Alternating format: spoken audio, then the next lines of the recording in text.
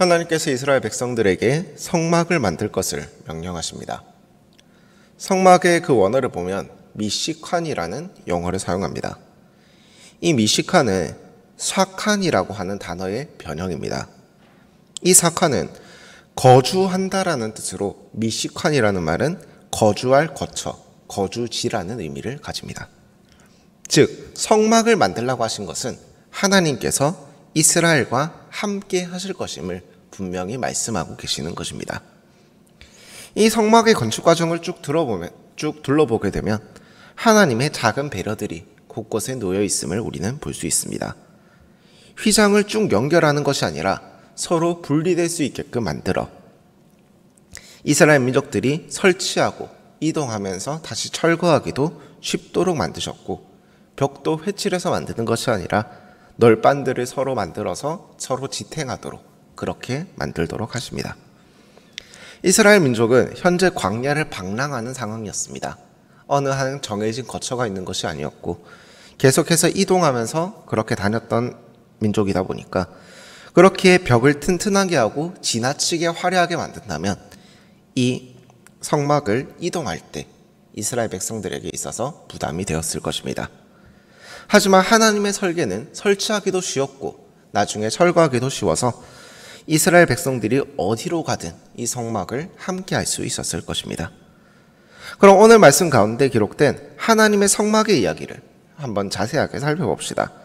다 함께 오늘 말씀 출애굽기 26장 2절과 3절 말씀 함께 읽겠습니다. 2절과 3절입니다.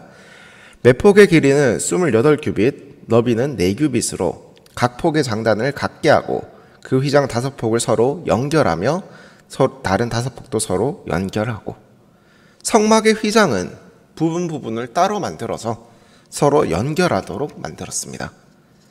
성막은 하나님께서 거하시는 곳입니다. 다르게 말하면 이스라엘은 성막을 보고서 하나님께서 자신들과 함께 하신다는 것을 보았습니다.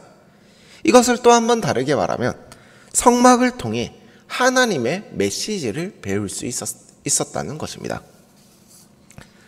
그렇게 성막의 구조에서도 역시 하나님의 메시지는 존재하고 있습니다. 바로 연결입니다. 성막은 서로 연결되어 완성되었습니다. 이게 무슨 말일까요? 하나님께서는 이스라엘을 향해 서로 연결되라고 말씀하고 계시는 것입니다. 연결. 그것이 성막을 통해 이스라엘에게 말씀하시는 하나님의 가르침입니다. 연결된다는 것이 무엇일까요? 바로 서로 하나가 된다라는 말입니다. 너와 내가 손을 잡고 하나가 되어서 성막, 함께 하시는 하나님과 함께 하는 것. 그것이 바로 서로 연결된다라는 말입니다. 성막이 연결된 휘장을 통해 그렇게 둘러싸인 성막에 하나님께서 거하시겠다고 하십니다. 우리가 서로 하나가 될 때 그 안에 하나님께서 거하십니다. 그것이 바로 성막입니다. 그것이 바로 교회이고 그것이 바로 예배입니다. 서로 연결되는 것.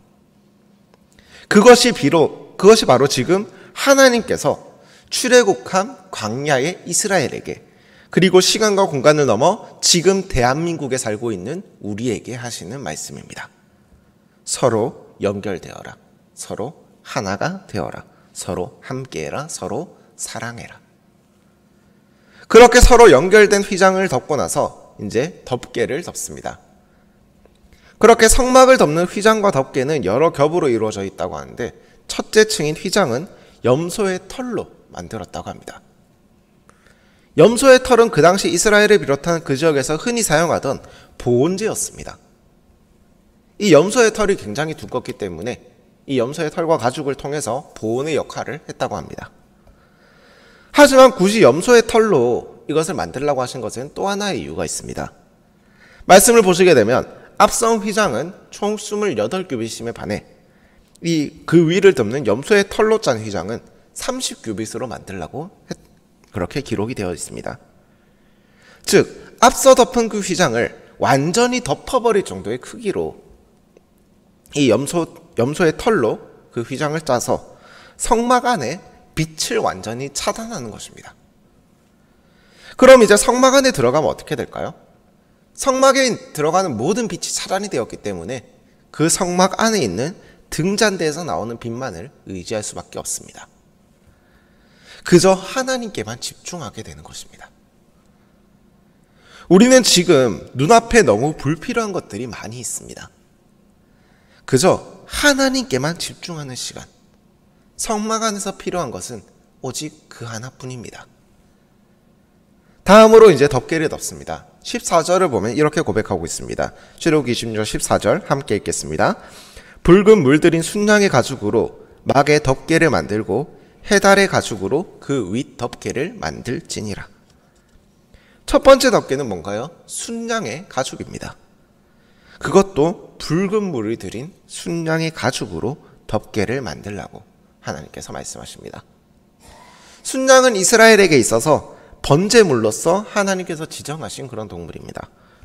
거기에 생명의 상징인 피의색, 그 붉은색으로 순양의 속죄물로서의 의미를 더욱 강조하고 있습니다. 다음으로 덮는 덮개는 해달의 가죽입니다. 이 해달에 있어서 바다소다, 돌고래다 많은 말들이 있습니다. 그런 해석에 있어서 많은 말들은 있지만 가장 중요한 것은 다른 문헌들과 비교해 보았을 때 이 해달이라고 쓰여진 그 동물을 다른 문헌들을 찾아보면, 그 당시 다른 문헌들을 찾아보면 가장 질기고 튼튼한 가죽으로 그 당시에 많이 사용이 되었다라고 합니다. 그런데 이 가죽이 질긴 만큼 보기에는 그렇게 보기 좋은 가죽은 아니었습니다. 되게 볼품없고 그런 가죽이었다고 말을 합니다. 우리가 건물을 짓는다고 하면 생각을 해봅시다. 아니면 무언가를 포장한다고 생각을 해봅시다. 안과 밖, 과연 둘 중에 어디를 더 신경을 쓰게 될까요? 물론 둘 다 신경을 써야겠지만 우리는 아마 본능적으로 겉으로 보이는 모습에 더 신경을 쓰게 될 겁니다. 가장 바깥쪽으로. 더불어서 지금까지 이스라엘에 있었던 나라인 애굽이 과연 어떤 나라인가요? 되게 화려한 신전들이 즐비했던 나라입니다.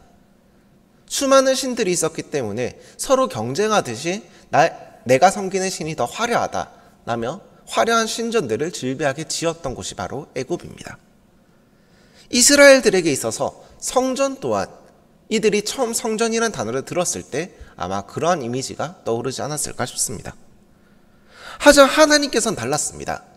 가장 안쪽은 그룹을 수놓은 그런 휘장을 달아서 엄청나게 화려한 모습으로 짓게 하시고, 가장 바깥쪽은 사람들이 가장 볼품없다고 여기는 해달의 가죽으로 짓게 하십니다. 이 말이 무엇일까요? 겉모습에 흔들리지 말라는 뜻입니다. 겉모습은 얼마든지 초라해도 상관없습니다. 그렇게까지 큰 성막도 필요 없고 화려한 성막도 필요가 없습니다. 가장 중요한 건 뭔가요? 그 안에 하나님께서 계시는 것. 그리고 그 성막을 바라볼 때 하나님의 임재하심을 그 성막을 바라보는 이스라엘 백성들이 믿는 것입니다. 그것이 성막의 건축을 통해, 성막의 그 휘장과 덮개를 통해 하나님께서 이스라엘에게 말씀하고 계시는 것입니다. 그리고 지금 오늘 우리에게 말씀하시는 것입니다.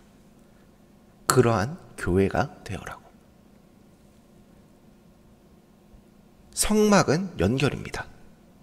서로 연결되어 우리 안에 임재하시는 하나님을 찬양하는 것입니다. 또한 성막은 예배입니다.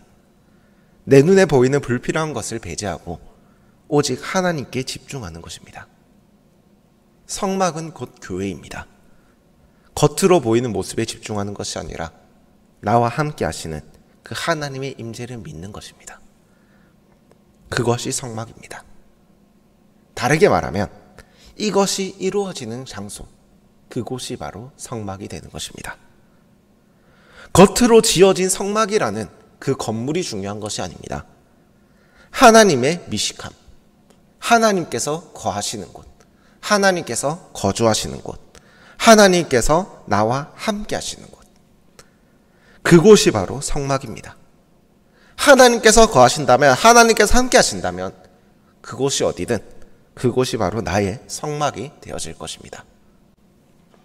이 시간 간절히 기도하기는 우리의 삶이 그러한 성막이 되기를 기도합니다. 우리의 삶이 하나님께서 거하시는 성막이 될 수 있기를 간절히 기도합니다. 나의 발걸음으로 파여지는 그곳이 나의 성막이 되어지고, 나의 목소리가 하나님을 향한 찬양이 되어지고, 나의 심장이 뛰는 소리가 하나님을 향한 찬양의 악기가 되기를 간절히 기도하고 또한 축복합니다. 함께 기도합시다. 사랑의 아버지 하나님, 감사합니다. 오늘 우리가 주님께서 성막을 세우시는 과정을 함께 보았습니다. 사랑의 아버지 하나님, 주님께서, 하나님 아버지께서 거하시는 그곳이 성막임을 이 시간 고백합니다. 하나님 아버지께서 나와 함께 하시는 그곳이 나의 성막이고 나의 예배의 처소임을 지금 이 시간 고백합니다. 아버지 하나님, 우리는 삶에서 많은 유혹들을 받습니다. 많은 흔들림들이 있습니다.